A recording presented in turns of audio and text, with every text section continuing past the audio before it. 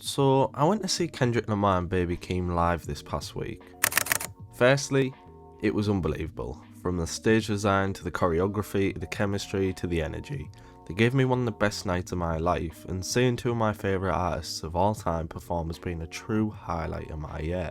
And it always happens when I see an artist perform live, but the tracks on Mr. Morale have grown me so much since seeing them perform. But part of me can't help but think concerts just aren't the same anymore.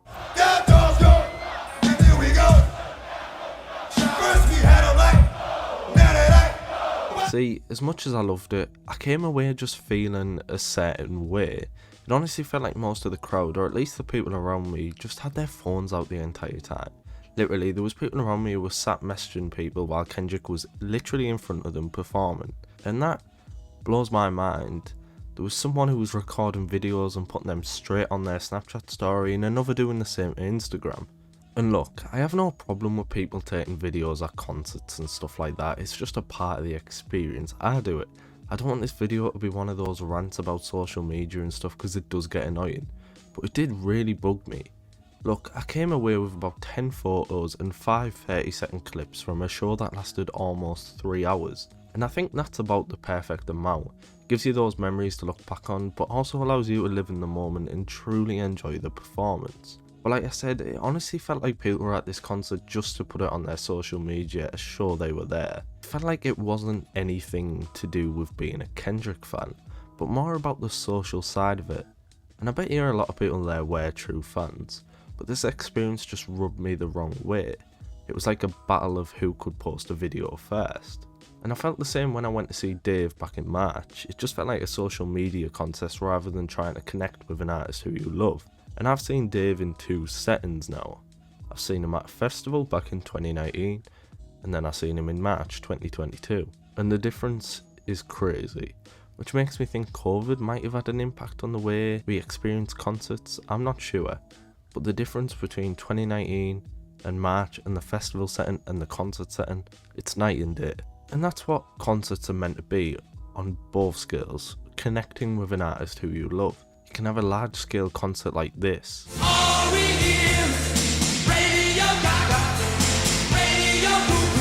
or an intimate concert like this. That's a real nigga, that's a fact. I came home from doing 2.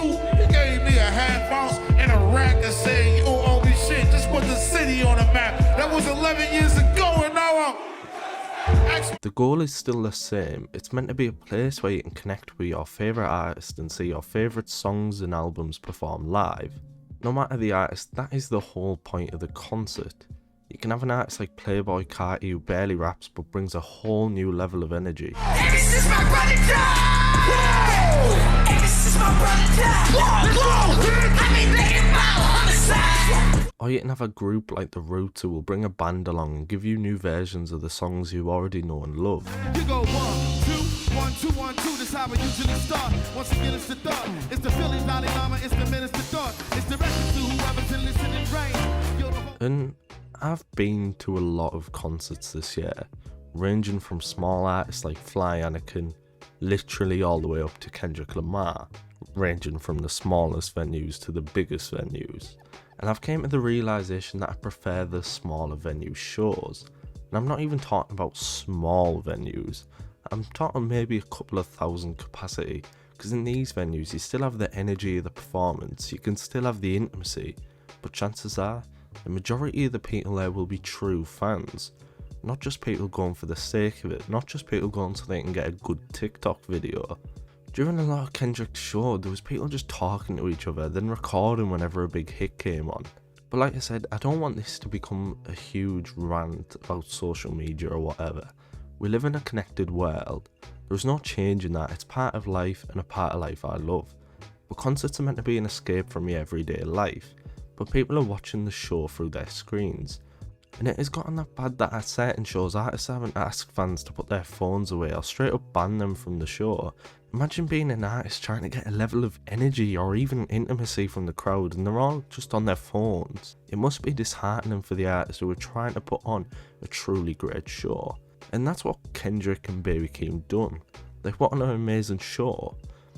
Like I said, the stage design, the choreography, the energy they put in. It was an amazing show. But everyone around me being on their phones just tainted the experience a little. And that's not to take away from Kendrick and Keem. It's not their fault. Like I said, they're probably the best performers I've ever seen, and it might be the best hip hop show I've ever seen too. But I think I much preferred the atmosphere at shows I've been to this year, like Denzel Curry and The Alchemist and Freddie Gibbs. And I don't necessarily think concerts are dead.